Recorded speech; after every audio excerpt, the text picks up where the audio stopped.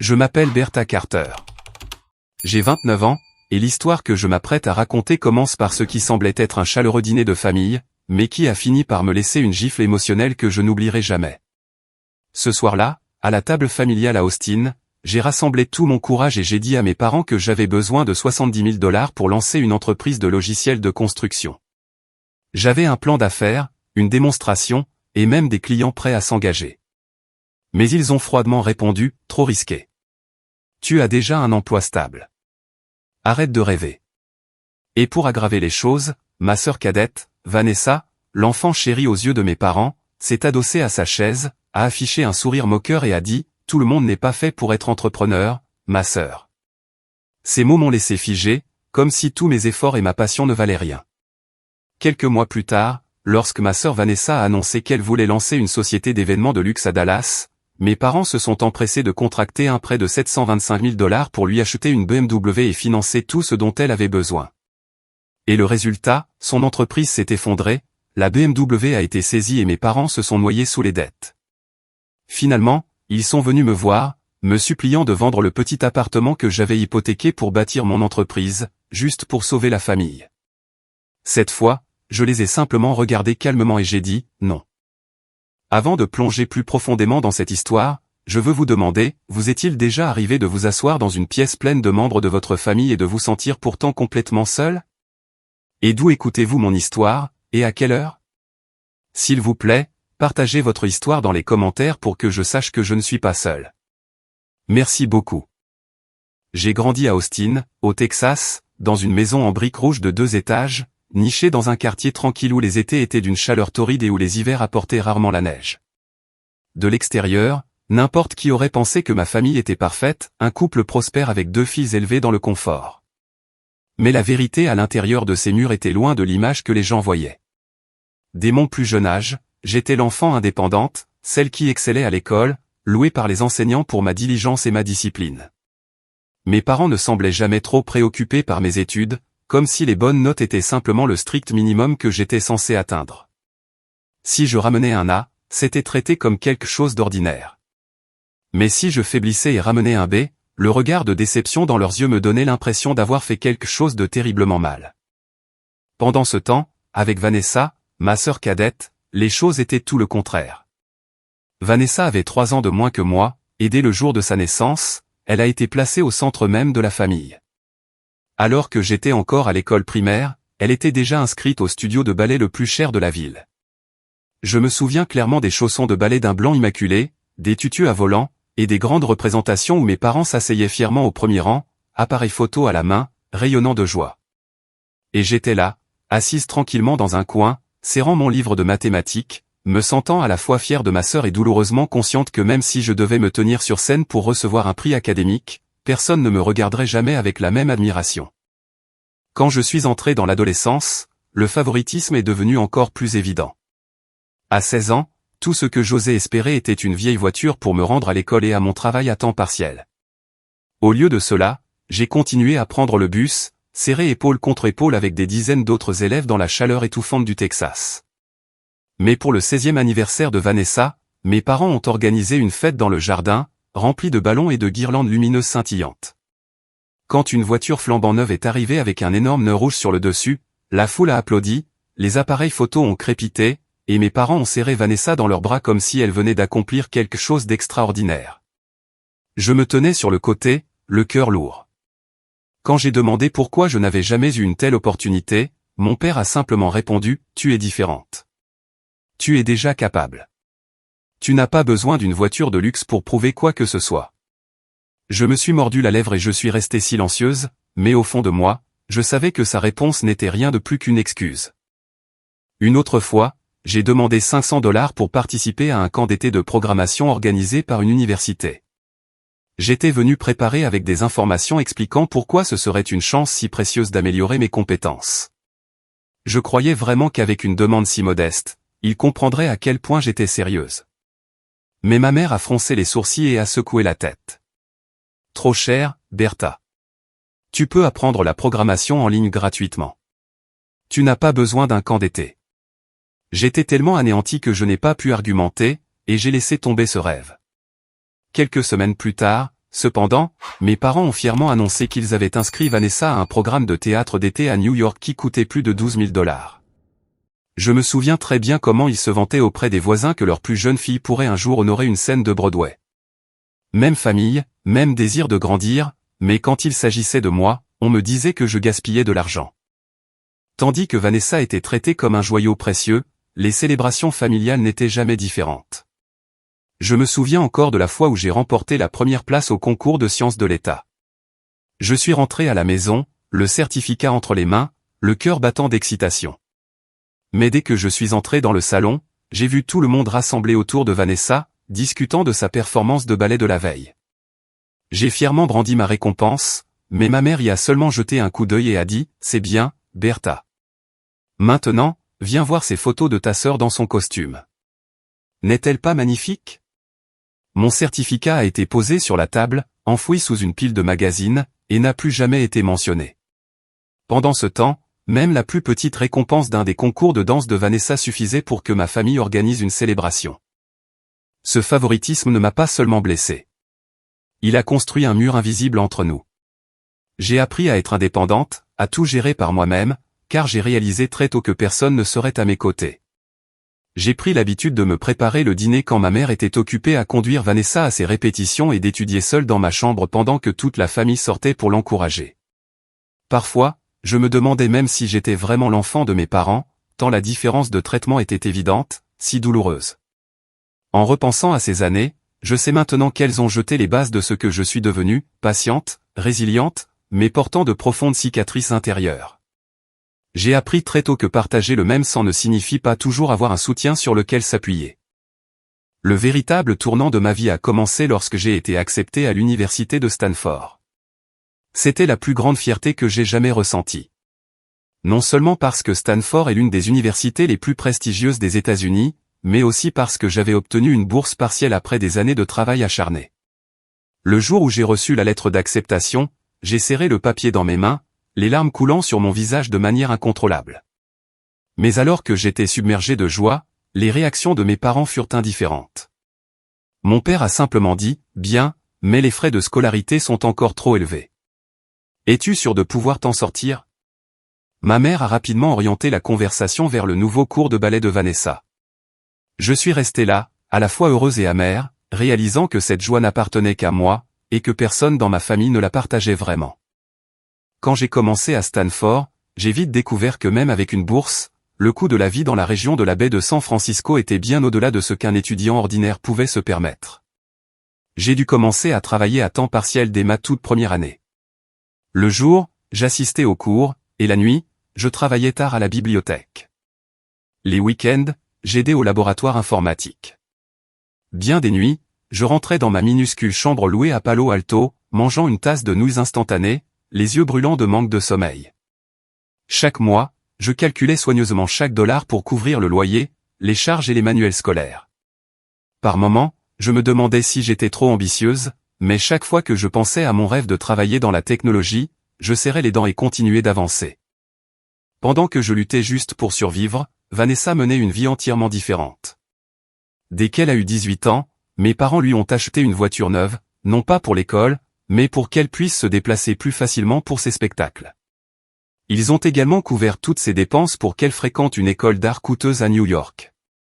Chaque fois que j'appelais à la maison, ma mère s'extasiait sur les spectacles de Vanessa, ses voyages, ses costumes éblouissants. J'écoutais en silence, n'osant jamais faire de comparaison. Mais au fond de moi, le sentiment d'injustice grandissait. Je savais que je n'avais jamais bénéficié de tels privilèges, et que je n'en bénéficierais jamais. Le contraste entre nous deux est devenu plus net avec le temps. Tandis que je m'enterrais dans les études et le travail, Vanessa remplissait son Instagram de photos soigneusement mises en scène, assise dans des cafés chics de Manhattan, voyageant à travers l'Europe avec ses amis, ou posant à côté de sa nouvelle voiture sous les lumières de la ville. Chaque publication recueillait des centaines de « j'aime » et de commentaires élogieux. Depuis ma petite chambre, avec un bol froid de nouilles instantanées devant moi, je faisais défiler ces images et je soupirais. Pour mes parents, ces clichés glamour semblaient être la preuve du succès, tandis que mes nuits blanches à la bibliothèque n'étaient jamais reconnues. Pourtant, ce sont précisément ces années de difficultés qui ont forgé ma résilience. J'ai appris à gérer mon temps, à surmonter l'épuisement pour rester concentré sur mes objectifs, et surtout, à ne compter que sur moi-même. Personne ne payait mon loyer pour moi. Personne ne s'occupait de la pile de factures qui s'accumulait sur la table de la cuisine. Et personne n'était à mes côtés quand j'étais épuisé après un service de nuit. Je me disais que si je ne tenais pas bon, personne d'autre ne me soutiendrait. Et c'est peut-être cette solitude qui est devenue la source de force que je ne reconnaîtrai que plus tard. Un soir d'hiver, j'étais assise seule dans une bibliothèque silencieuse tandis qu'une pluie battante tombait à l'extérieur. Sur le bureau devant moi se trouvait un épais manuel de programmation, long de plusieurs centaines de pages, à côté d'un repas en bois de bon marché que j'avais pris à la cafétéria du campus. Mes mains tremblaient de froid et de fatigue. Pourtant, en moi brûlait une étrange certitude. Je savais que j'étais sur la bonne voie. Personne ne voyait la sueur et les efforts que je déversais dans ces nuits. Mais je croyais qu'un jour, mes réalisations seraient reconnues par moi seul, et cela suffisait. Chaque fois que je rentrais à la maison pour les vacances, je devais encore subir des comparaisons constantes. Vanessa a été invitée à se produire dans un grand théâtre, se vantait ma mère pendant le dîner. Elle est vraiment talentueuse, ça valait vraiment l'investissement. J'étais assise là, mangeant en silence, ne prenant même pas la peine de mentionner que juste une semaine auparavant, j'avais été sélectionnée pour être assistante d'enseignement pour un professeur à Stanford. Je savais que peu importe à quel point je travaillais dur, mes accomplissements ne seraient jamais considérés aussi importants que les rêves brillants mais fragiles de Vanessa. De ces silences, j'ai compris une vérité encore plus profonde, la seule voie à suivre était celle que je construisais moi-même, sans attendre la validation ou le soutien de ma famille. Après avoir obtenu mon diplôme de Stanford, je suis officiellement entré dans le monde exigeant mais plein d'opportunités de la technologie. J'ai été embauché comme ingénieur logiciel dans une start-up à Palo Alto, en plein cœur de la Silicon Valley, l'endroit où naissent quotidiennement des idées révolutionnaires et où des centaines d'entreprises disparaissent également en quelques courtes années. Le premier jour de travail, je portais une vieille chemise soigneusement repassée, mes mains tremblant légèrement en tenant mon tout nouveau badge d'employé. Le sentiment était à la fois angoissant et exaltant, car je savais que j'avais parcouru un long chemin depuis ces nuits blanches à la bibliothèque de Stanford pour finalement me tenir là. Travailler dans une start-up était tout sauf facile au début. J'ai dû m'adapter au rythme rapide et à la culture du « échouer vite », apprendre plus vite, mais c'est précisément cet environnement qui m'a poussé à dépasser mes limites. Je me suis rapidement distingué par ma capacité à analyser les problèmes et à trouver des solutions flexibles. Après seulement un an, on m'a confié la direction d'une petite équipe d'ingénieurs, quelque chose dont beaucoup de mes pairs de mon âge n'osaient même pas rêver. Mon salaire et les actions de l'entreprise m'ont finalement apporté un peu de stabilité financière. Je me suis acheté une voiture d'occasion mais fiable pour me déplacer, et après 2 ans, j'ai économisé assez pour un acompte sur un petit appartement à San José. C'était ma première maison à moi, un endroit où je pouvais fermer la porte à clé et savoir avec certitude que personne n'avait le droit d'entrer. Tout en gérant plusieurs projets logiciels, j'ai découvert une lacune flagrante dans le secteur de la construction. Un de nos clients se plaignait constamment de ne pas trouver un outil de gestion de projet à la fois pratique et facile à utiliser pour tout le monde, des ouvriers sur le terrain au personnel de bureau. Les logiciels disponibles sur le marché étaient soit trop chers, soit trop compliqués, soit simplement pas adaptés aux besoins uniques de la construction. Ma curiosité a été piquée, et j'ai commencé à faire des recherches par moi-même. Plus je creusais, plus je réalisais que ce n'était pas seulement la frustration d'une seule entreprise, c'était un problème répandu dans tout le secteur de la construction aux États-Unis. J'ai passé d'innombrables soirées après le travail à esquisser des idées, à concevoir des interfaces et même à écrire les premières lignes de code pour une application de gestion de projet de construction plus efficace. Je lui ai donné un nom de travail, BuildFlow, le flux de la construction. Au début, je n'attendais pas grand-chose de plus que de tester mes propres compétences, mais j'ai ensuite fait un pas audacieux et montré le prototype à une poignée de petites et moyennes entreprises avec lesquelles j'avais des contacts. Les résultats ont dépassé tout ce que j'imaginais. Plus de 10 entreprises ont répondu positivement, et 8 d'entre elles se sont même engagées à payer dès que le produit serait terminé. Je pouvais à peine en croire mes yeux en lisant ces courriels. C'était la preuve indéniable que mon idée n'était pas seulement un rêve, mais quelque chose avec un vrai marché. Cette étincelle d'enthousiasme s'est transformée en un feu plus fort que jamais. J'ai commencé à penser sérieusement à fonder ma propre entreprise, ne la considérant plus seulement comme un projet parallèle. Je pouvais le voir clairement, une équipe d'ingénieurs, des clients fidèles et un produit qui pourrait transformer la façon dont les entreprises de construction gèrent leur travail. Je savais que pour transformer cette vision en réalité, je devais sortir de ma zone de confort, renoncer à la stabilité de mon emploi actuel et me lancer dans la création d'une start-up. Mais pour cela, j'avais besoin de capitaux. Au fil des ans, j'avais réussi à économiser environ 40 000 $ grâce à un travail acharné, mais ce n'était toujours pas assez. D'après mes calculs détaillés, pour louer un petit bureau, payer les salaires de 2 ou 3 employés initiaux, le marketing de base et couvrir les procédures juridiques, j'avais besoin d'au moins 110 000 $ pour la première année. Cela signifiait qu'il me manquait environ 70 000 $. Au début, j'ai envisagé de contacter des sociétés de capital risque, mais je savais que pour les convaincre, j'aurais besoin d'un produit entièrement développé et de vrais clients payants, des choses que je ne pourrais atteindre qu'après que l'entreprise aurait fonctionné pendant un certain temps. Je ne voulais pas non plus aller à la banque, pas encore, car les taux d'intérêt étaient élevés et j'avais peu à offrir en garantie à part mon petit appartement. L'option la plus logique qui restait, semblait-il, était de demander le soutien de mes parents. Je ne le voyais pas comme un cadeau, mais comme un investissement, que j'avais l'intention de rembourser intégralement. Cette pensée me rendait à la fois anxieuse et pleine d'espoir. Je connaissais l'histoire de ma famille. Je savais que Vanessa avait toujours été l'élue, mais une partie de moi croyait encore que cette fois serait différente. Je n'étais plus une enfant. J'avais un diplôme de Stanford, une carrière stable, près de la moitié du capital requis économisé, et surtout, de vrais clients qui attendaient ma solution. Sûrement, tout cela serait suffisant pour que mes parents croient enfin en moi. J'ai même imaginé la scène dans ma tête, la famille assise ensemble, moi présentant mon plan d'affaires, mes parents écoutant attentivement, puis acceptant de me financer. Juste une fois, je voulais qu'ils me voient comme une femme capable de construire son avenir, pas seulement la fille qui était censée être intelligente mais jamais vraiment reconnue. Dans cette optique, j'ai commencé à rédiger un plan d'affaires complet, coût prévisionnel, feuille de route de développement, prévision de revenus. J'ai passé une semaine entière à peaufiner une démonstration fluide, répétant même ma présentation devant le miroir. Chaque mot, chaque graphique, chaque diapositive, je les ai traités avec soin, comme si c'était ma dernière chance de me prouver à ma famille. Au fond de moi, une lueur d'espoir brûlait doucement.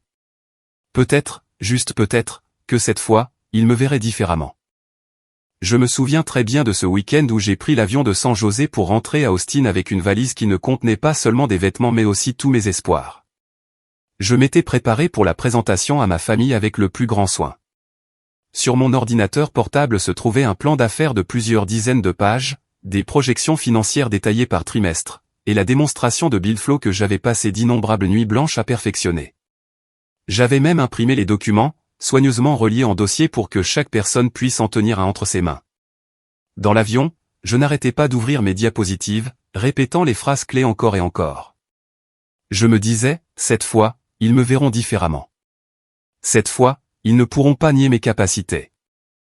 Quand je suis entré dans la maison, toute la famille était déjà réunie dans le salon.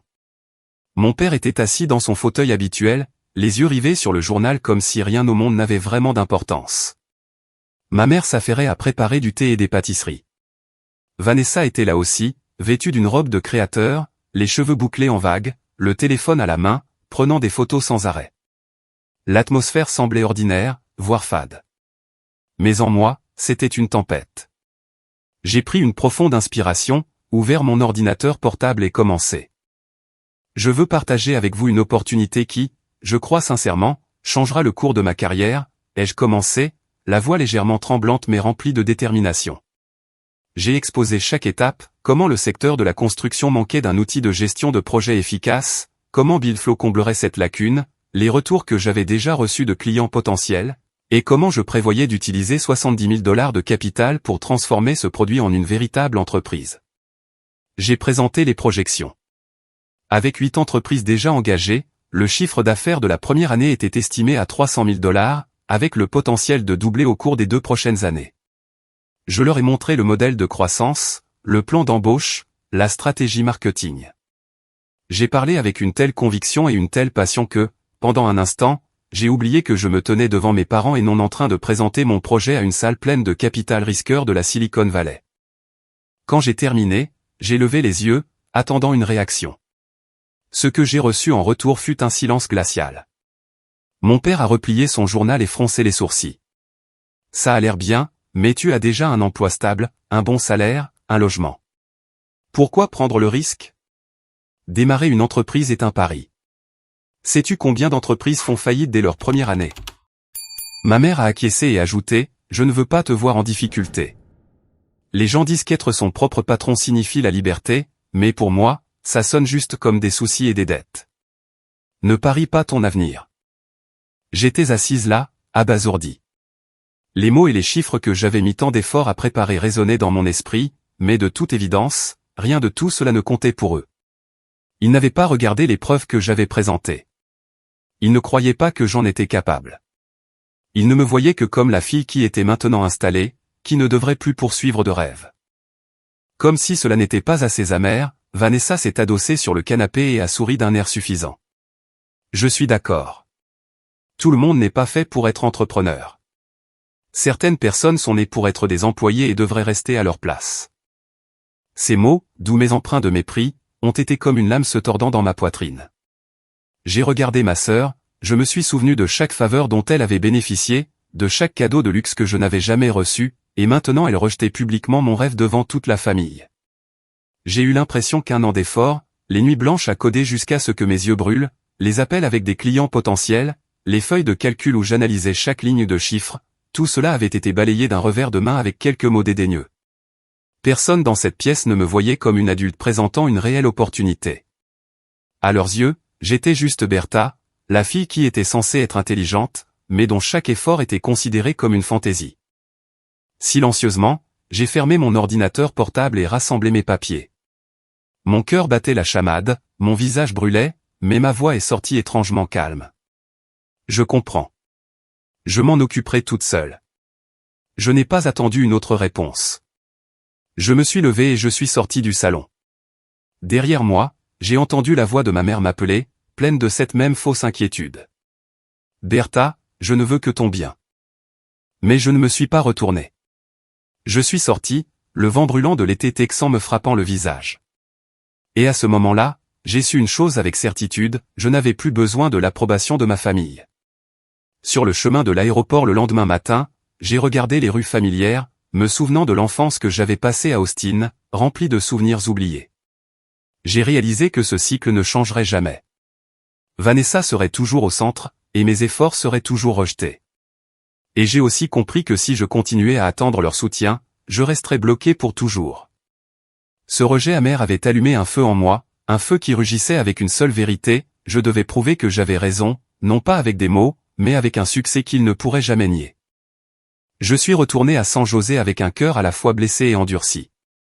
Le rejet amer de ma famille m'avait profondément coupé comme une lame, mais en même temps, il est devenu le carburant qui m'a poussé à agir. Je savais que si je continuais à attendre leur reconnaissance, je ne l'aurais jamais. J'ai donc pris la décision de prendre le plus grand pari de ma vie, un prêt personnel garanti par l'appartement même que j'avais mis tant d'efforts à acheter. Quand j'ai signé les documents du prêt, mes mains tremblaient et mon cœur battait à tout rompre. Je comprenais clairement que si j'échouais, je ne perdrais pas seulement mes efforts et mon argent, mais aussi le seul foyer que j'avais. Pourtant, une pensée ne cessait de se répéter dans mon esprit, si je ne prends pas le risque maintenant, alors quand? Avec le prêt en main, combiné aux 40 000 $ que j'avais économisés, j'ai officiellement fondé Billflow. Notre premier bureau était loin d'un gratte-ciel étincelant.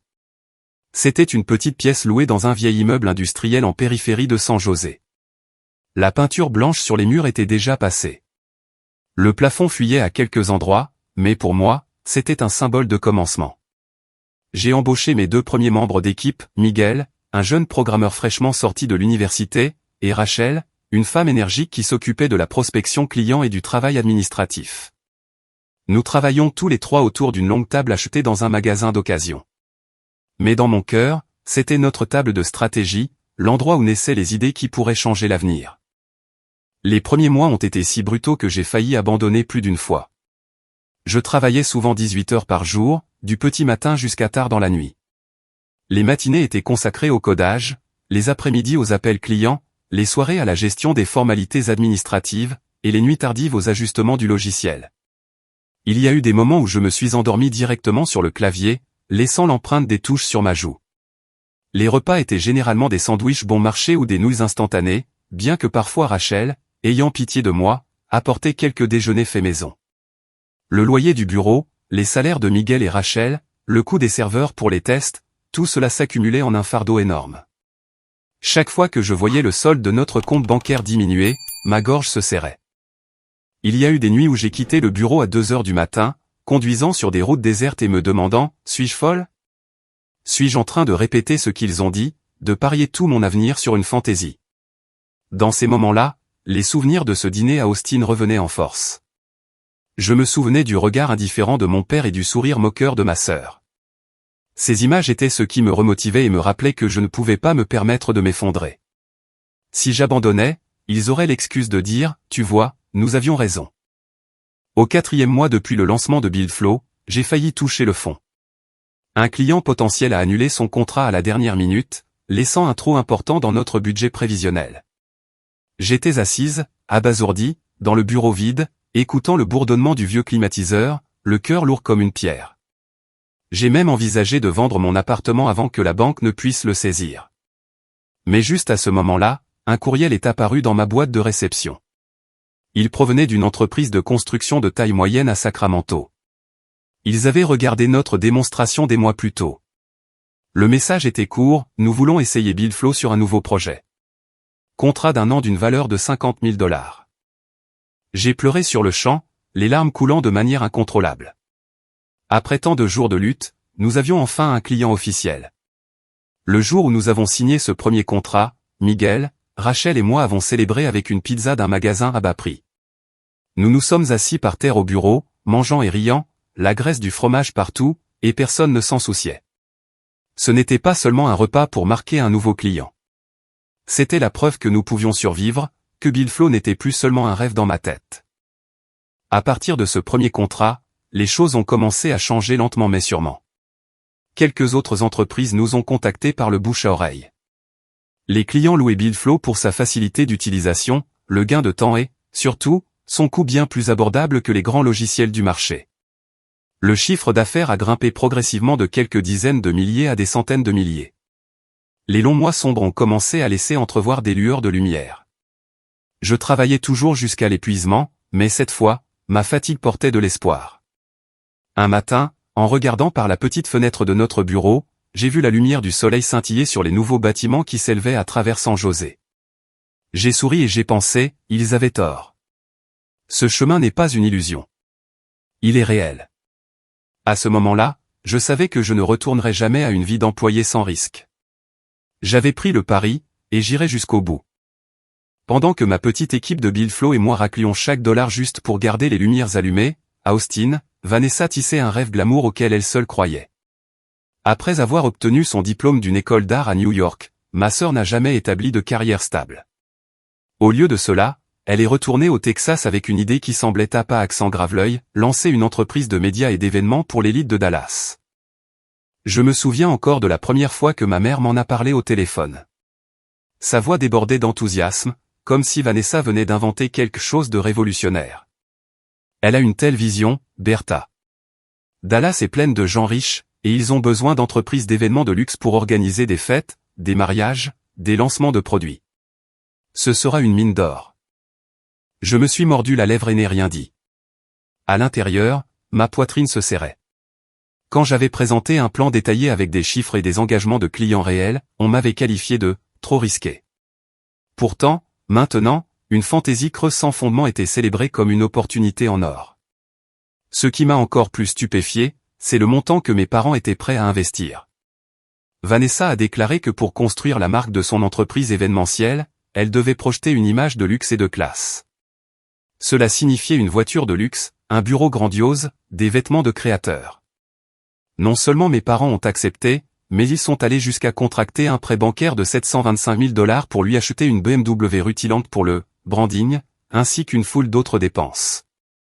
Je pouvais à peine en croire mes oreilles quand j'ai appris la nouvelle. Ce chiffre était plus de 10 fois supérieur au capital que j'avais demandé un jour. Ils avaient eu l'audace de qualifier ma demande de $70 000 de pari, alors qu'emprunter près de $750 000 pour l'idée vague de Vanessa était en quelque sorte un investissement nécessaire. En quelques mois seulement, l'Instagram de Vanessa s'était transformé en une scène d'exhibition. Elle publiait constamment des photos d'elle assistant à des fêtes dans des hôtels 5 étoiles, assise dans sa BMW brillante, tenant une coupe de champagne étincelante sous les lumières. Chaque publication portait des hashtags comme Boss Lady, CEO et Luxury Events. En dessous se trouvaient des centaines de commentaires admiratifs d'amis et de connaissances. Mes parents partageaient souvent ces photos aussi, se vantant fièrement que leur plus jeune fille faisait de grandes affaires. Mais quand je les regardais, tout ce que je ressentais était un vide indescriptible. Je savais ce que signifiait vraiment être un PDG, ce que signifiait trimer chaque heure juste pour maintenir une entreprise en vie. Ce que Vanessa faisait n'était rien de plus que bâtir des châteaux de sable. J'essayais de me rassurer, peut-être que ma sœur grandirait. Peut-être qu'elle apprendrait à gérer les choses correctement. Mais au fil des semaines, je n'ai vu aucun projet réel de son entreprise. Il n'y avait pas de vrais clients, pas de contrat à long terme, seulement des fêtes somptueuses où Vanessa posait pour des photos bien plus qu'elle ne discutait d'affaires. Les participants étaient principalement ses amis fêtards, pas des clients potentiels. Je savais que derrière ces lumières scintillantes, les finances sombraient rapidement. Et comme je l'avais prédit, en moins d'un an, l'entreprise événementielle de Vanessa était noyée sous les dettes. Le loyer de son bureau du centre-ville de Dallas était trop élevé. Les dépenses des fêtes ne cessaient de gonfler, et les revenus étaient quasi inexistants. Les prêts bancaires ont commencé à arriver à échéance. La BMW de luxe s'est rapidement transformée en un fardeau massif, n'apportant aucun contrat tout en drainant des milliers de dollars chaque mois en entretien et en remboursement de prêts. J'ai appris par un vieil ami d'Austin que Vanessa avait même eu recours à des emprunts à court terme juste pour maintenir les apparences de son entreprise. Mais en réalité, personne ne voulait s'associer à une entreprise construite uniquement sur le glamour sans substance. Mes parents, bien sûr, refusaient d'admettre l'échec. Ils continuaient à défendre Vanessa, insistant sur le fait que toute entreprise connaît des difficultés au début, et qu'avec plus de temps et plus de capital, elle ferait ses preuves. Mais je voyais clairement la vérité. L'entreprise de ma sœur n'avait pas de fondation solide, pas de produits ou services distinctifs, pas de vrais clients. Ce n'était rien de plus qu'une coquille luxueuse cachant un noyau vide. Pendant ce temps, je me levais toujours tôt et me couchais tard, consacrant 18 heures par jour à Bill Flow. J'avais l'impression de vivre dans deux mondes parallèles. L'un, la dure réalité où le succès ne venait qu'après la sueur et les larmes. L'autre, une illusion superficielle où l'argent était jeté par les fenêtres pour acheter une image de luxe qui ne signifiait rien. Ce contraste ne faisait pas que blesser, il me mettait en colère. En colère que ce dont j'avais besoin, une petite somme pour construire quelque chose de réel, m'ait été refusé. En colère qu'en même temps, une fantaisie creuse soit choyée et financée sans fin comme si l'argent ne manquerait jamais. 2 ans s'étaient écoulés depuis le jour où j'avais signé ces papiers de prêt personnel, mettant en garantie mon petit appartement de San José pour construire Bill Flow. Ce n'était pas une longue période, mais pour moi, chaque jour était une bataille, chaque semaine un combat pour la survie. Et maintenant, en regardant en arrière, je pouvais à peine croire le chemin que nous avions parcouru. Bill Flow n'était plus seulement un petit nom sur une enseigne usée dans un bureau miteux loué. C'était devenu une entreprise générant $600 000 par an, servant plus de 30 clients dans le secteur de la construction à travers la Californie. Je me souviens encore du premier grand contrat qui a marqué un tournant, une entreprise de construction de San José a décidé de déployer Bill Flow sur l'ensemble de son nouveau projet d'appartement. Quand nous avons reçu ce premier chèque de paiement, mon équipe et moi avons pleuré comme des enfants. À partir de là, avec chaque projet que nous terminions, nous gagnions plus de confiance de la part des clients. Ils nous recommandaient à leurs partenaires. Ces partenaires transmettaient notre nom à d'autres, et le cercle ne cessait de s'agrandir. Bientôt, Bill Flow était présent sur des chantiers sur toute la côte ouest. Les réunions avec les clients ne se limitaient plus à notre petit bureau, mais se déroulaient dans de grandes conférences sur la construction où le nom de Bill Flow commençait à être mentionné comme une solution digne d'intérêt. Ce succès a également attiré l'attention des sociétés de capital risque de la Silicon Valley.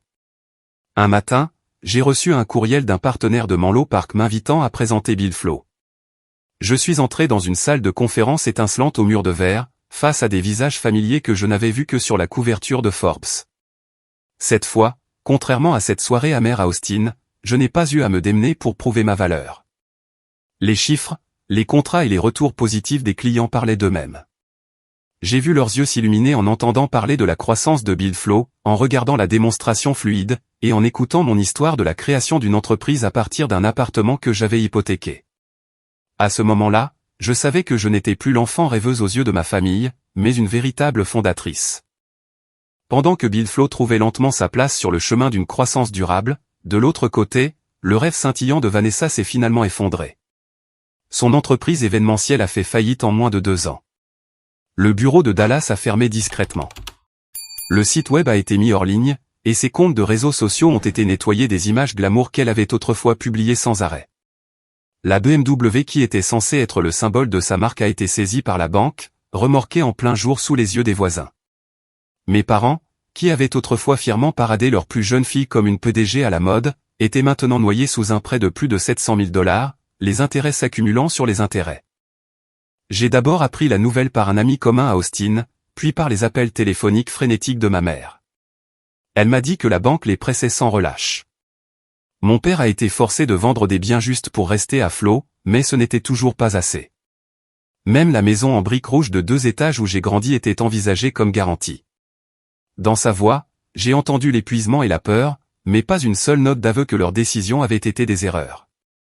Elle blâmait toujours le marché, l'économie, la malchance. Je suis resté silencieuse car j'étais désormais trop familière avec leur refus de faire face à la vérité. L'ironie du sort n'aurait pas pu être plus claire.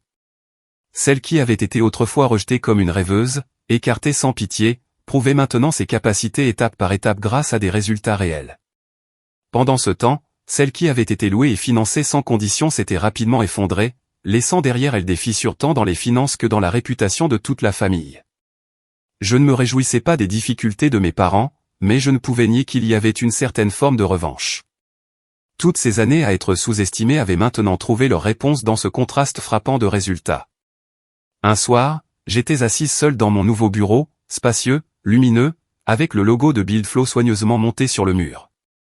J'ai repensé au chemin que j'avais parcouru et j'ai pensé à cette nuit à Austin où je m'étais levé de la table du dîner, serrant mon ordinateur portable, et était parti en silence. Il n'avait pas cru en moi, et peut-être ne le ferait-il jamais vraiment. Mais la vérité s'était déjà révélée. Je n'étais pas la rêveuse impuissante qu'il pensait, mais la seule qui avait osé transformer ses rêves en réalité. La nouvelle dévastatrice est arrivée tard un soir alors que je révisais un contrat fraîchement signé avec une grande entreprise de construction à Auckland. Mon téléphone a vibré, le nom de ma mère s'affichant à l'écran. Au début, j'ai envisagé de l'ignorer, certaine que rien de bon ne pouvait sortir de cet appel. Mais quelque chose m'a poussé à décrocher. À l'autre bout du fil, la voix de ma mère tremblait. « Bertha, nous avons besoin de ton aide. La maison est sur le point d'être saisie par la banque. Si tu peux envoyer 100 000 $, nous pourrons la sauver et rembourser une partie de la dette. » Je suis resté figé, le stylo toujours à la main, planant au-dessus du contrat. 100 000 $. Il demandait la somme qu'il me faudrait une année entière de travail acharné pour gagner. Avant que je puisse répondre, mon père est intervenu, sa voix ferme, autoritaire, « Bertha, tu réussis maintenant. Tu as de l'argent. La famille est en crise. Nous t'avons élevé depuis l'enfance. Il est temps que tu nous rembourses. » Ma prise sur le téléphone s'est resserrée jusqu'à ce que mes jointures blanchissent. Cette phrase, « nous rembourser », a fait bouillir mon sang. Je me suis souvenu de chaque fois que j'avais demandé du soutien, de chaque fois que j'avais été rejeté comme un fardeau. Ils n'avaient jamais investi en moi. Pourtant, maintenant, ils exigeaient que je les sauve comme si c'était mon devoir naturel. J'ai essayé de garder ma voix calme. « Maman, papa, je ne peux pas, 100 000 $ n'est pas une petite somme, et mon appartement est la seule chose qu'il me reste. Je l'ai hypothéqué pour démarrer cette entreprise. C'est le fondement de tout. Je ne peux pas le vendre. » Mais au lieu de compréhension, j'ai entendu un soupir de reproche. Ma mère s'est mise à pleurer. « Nous allons perdre la maison, Bertha. Peux-tu vraiment regarder tes parents se retrouver à la rue ? » Puis, comme pour m'achever, mon père a ajouté, « Si tu te soucies vraiment de la famille, tu devrais vendre l'appartement. Utilise cet argent pour sauver tout le monde. » J'étais abasourdi. Cet appartement n'était pas seulement un bien matériel. C'était le symbole de chaque risque, sacrifice et parcelle de persévérance que j'y avais mis. Il prouvait le chemin que j'avais emprunté, les nuits où j'avais travaillé jusqu'à l'épuisement, chaque étape de ma croissance. Et pourtant, il le traitait comme un objet qui pouvait être vendu à tout moment pour combler les trous créés par leurs propres mauvaises décisions. Je n'ai plus pu me retenir. Il y a des années, j'ai demandé 70 000 $ pour investir dans un plan clair avec des clients et un potentiel réel. Vous avez qualifié cela de risqué, Mais quand Vanessa a voulu démarrer son entreprise de fantaisie en l'air, vous étiez prêt à y jeter 725 000 $ en prêt, à acheter une BMW et à organiser des fêtes. N'était-ce pas risqué? Ou suis-je la seule à être considérée comme un risque? Il y eut quelques secondes de silence au bout du fil. Puis la voix de mon père s'est durcie. Tu ne comprends pas, Vanessa a plus besoin d'aide. Elle a des rêves. Je l'ai interrompu, incapable d'en supporter plus. N'ai-je pas de rêve? N'ai-je pas besoin d'aide? Pendant des années, j'ai été autonome. Je ne me suis pas plainte. Mais maintenant, après tout, vous voulez m'enlever la seule chose que j'ai? Non, je ne peux pas. Les sanglots de ma mère emplissaient la ligne, mêlés à des supplications désespérées. Bertha, tu es notre seul espoir. Ne tourne pas le dos à la famille. J'ai pris une profonde inspiration, des larmes coulant déjà sur mon visage. Je ne tourne pas le dos. Je fixe des limites. Je ne laisserai pas le travail de ma vie être enterré à cause des erreurs de quelqu'un d'autre. Je suis désolé, mais je ne le ferai pas. Après l'appel, je suis resté assise dans le bureau assombri, les lumières de la rue à l'extérieur projetant mon reflet fatigué sur la vitre. En moi se déchaînait une tempête de pitié et de colère. Je les plaignais d'être ensevelis sous une dette aussi énorme. Je plaignais la panique de ma mère, je plaignais la confiance déclinante de mon père, mais j'étais furieuse jusqu'au plus profond de mon être de l'injustice de tout cela. Furieuse qu'il refuse encore de voir ma valeur, me traitant uniquement comme une réserve financière de secours quand les choses tournaient mal. Cette nuit-là, je ne suis pas rentré directement à mon appartement. J'ai conduit sans but dans les rues calmes de San José, me remémorant les nuits à coder dans le noir, les bols froids de nouilles, les moments où j'ai cru que j'allais m'effondrer. Si j'avais abandonné à l'époque, il n'y aurait pas de Bill Flow, pas de version de moi-même debout ici aujourd'hui. Je m'étais sauvé moi-même sans l'aide de personne. Alors pourquoi devrais-je les sauver maintenant, alors qu'ils étaient ceux-là même qui m'avaient rejeté et laissé derrière dès le début? Quand je suis finalement rentré chez moi, je me suis tenu devant mon petit appartement, passant la main sur la peinture écaillée par le soleil et le vent californien. Cet appartement était la preuve vivante de mon parcours. Et j'ai juré que je ne laisserais jamais personne me l'enlever, pas même ma propre famille. À partir de ce moment, j'ai su que j'avais tracé une limite qui ne pourrait jamais être franchie, une limite financière, émotionnelle, et de mon propre respect. Un après-midi d'automne à San José, alors que je venais de terminer une réunion avec mon équipe d'ingénieurs sur la dernière mise à jour de Bill Flow, on a sonné à ma porte avec insistance. J'ai froncé les sourcils, surprise car je n'attendais personne. Quand j'ai ouvert la porte, mon père, ma mère et Vanessa se tenaient devant moi. Ils se tenaient en ligne, leurs visages lasses, leurs yeux un mélange d'inquiétude et de désespoir. Je n'étais pas surprise après leur appel infructueux. Je savais qu'ils finiraient par se présenter en personne. Pourtant, les voir là a resserré ma poitrine. Non par pitié, mais parce que tous les souvenirs d'une enfance injuste sont revenus en force. Nous devons parler, a dit mon père, essayant de conserver son autorité habituelle, bien que je puisse entendre le tremblement dans sa voix. Silencieusement, je me suis écarté et les ai laissés entrer. Mon petit appartement modeste contrastait fortement avec tout ce qu'ils avaient autrefois prodigué à Vanessa, les voitures de luxe, les fêtes scintillantes. Ils se sont installés sur le canapé pendant que je m'asseyais en face d'eux, la distance entre nous semblant être une frontière invisible. Ma mère a parlé la première, sur un ton suppliant.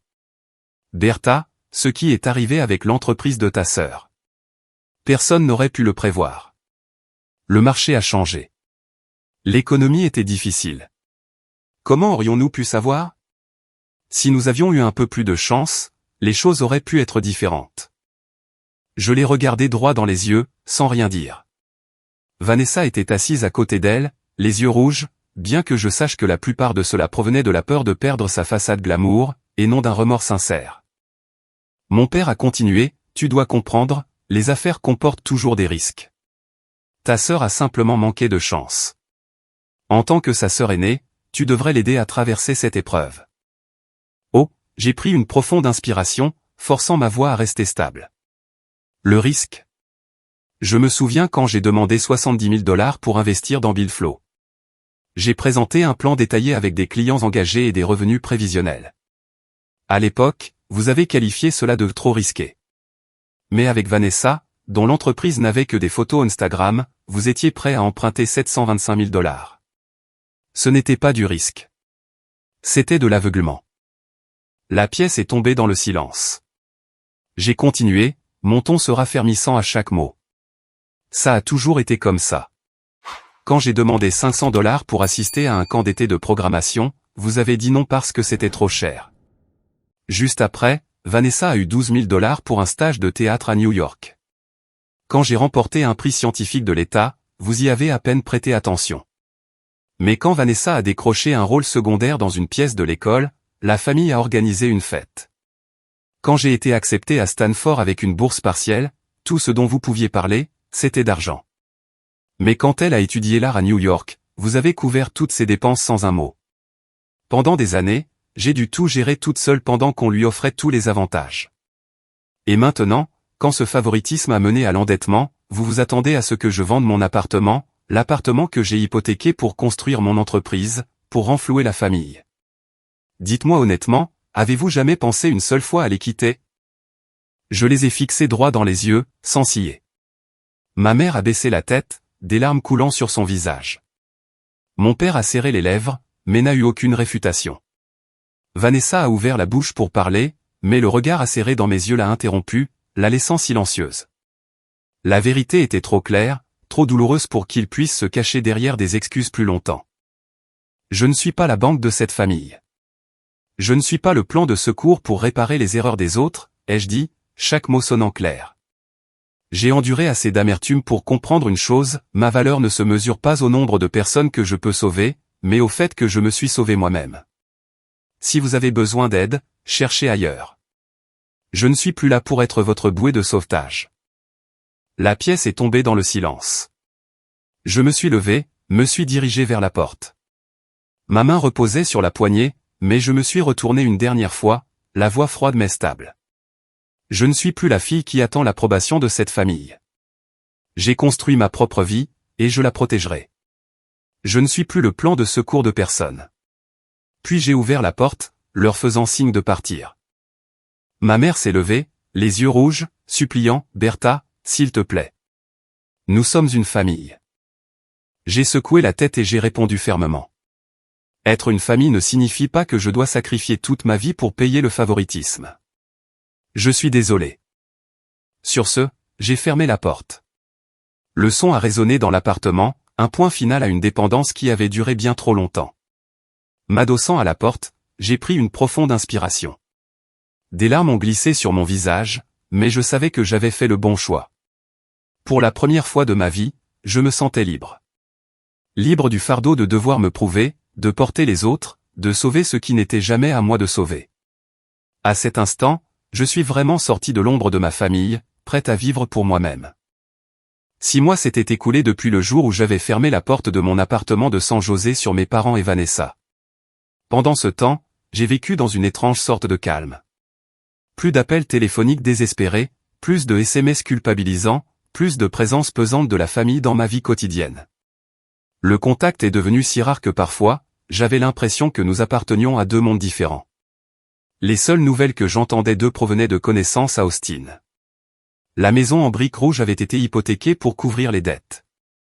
Mon père a vendu sa vieille voiture et a puisé dans sa retraite plus tôt, et ma mère passait plus de temps à l'église à prier. Vanessa a emménagé avec son petit ami, essayant de reconstruire son image en ligne, mais le charme avait disparu. Finalement, chacun d'eux a dû assumer seul les conséquences. Pendant que ma famille se désagrégeait, Billflow est entré dans une phase de croissance explosive. Nous venions de signer un contrat avec l'une des plus grandes sociétés de construction de Californie, déployant notre logiciel sur des dizaines de chantiers à travers l'État.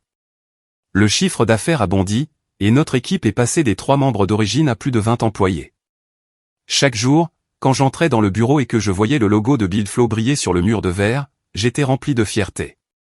Ce succès n'était pas venu de la chance, mais de nuits blanches de persévérance, de choix difficiles que je n'avais pas reculé à faire. J'ai décidé de quitter le petit appartement de San José et de louer une charmante maison à Palo Alto. La maison avait un petit jardin à l'arrière, juste assez d'espace pour que je puisse y faire pousser des roses et de la lavande.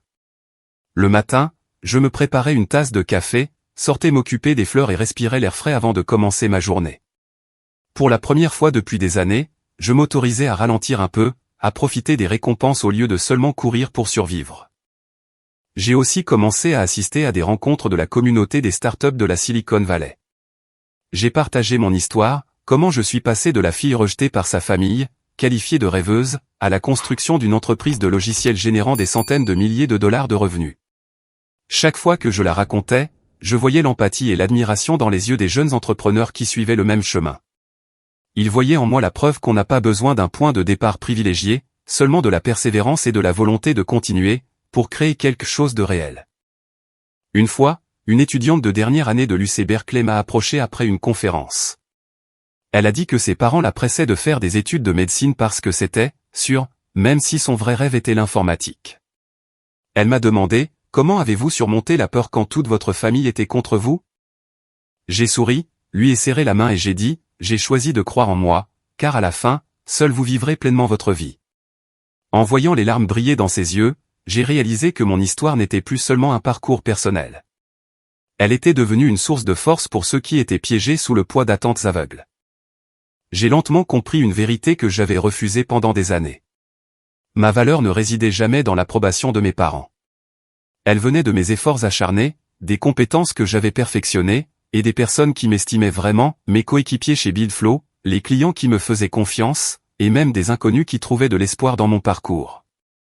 La famille de sang peut vous abandonner, en favoriser d'autres, ou vous rabaisser, mais rien de tout cela ne définit qui vous êtes. Un soir, j'étais assise dans le jardin à regarder le coucher de soleil peindre le ciel de Palo Alto d'une profonde nuance d'orange. Dans mes mains se trouvait un carnet où j'avais consigné mes réflexions après ce long voyage. J'ai écrit, la famille n'est pas toujours un lieu de soutien. Parfois, ce sont les chaînes qui vous retiennent. Fixer des limites ne signifie pas être ingrat. Cela signifie savoir s'aimer soi-même, car vous méritez d'être entouré de ceux qui vous respectent et vous estiment vraiment. Quand j'ai fermé le carnet, un sourire tranquille s'est formé sur mon visage. Je ne ressentais plus la colère que j'avais autrefois portée, ni le désir d'excuse. Ce que je ressentais à la place était un profond sentiment de soulagement, comme si j'avais enfin déposé un fardeau qui m'avait pesé pendant des années. Ma famille était peut-être encore enlisée dans les dettes et le favoritisme. Mais j'étais sorti de ce cycle et j'avais trouvé mon propre chemin, un chemin rempli de difficultés, mais rayonnant de lumière. Et pour moi, c'était suffisant.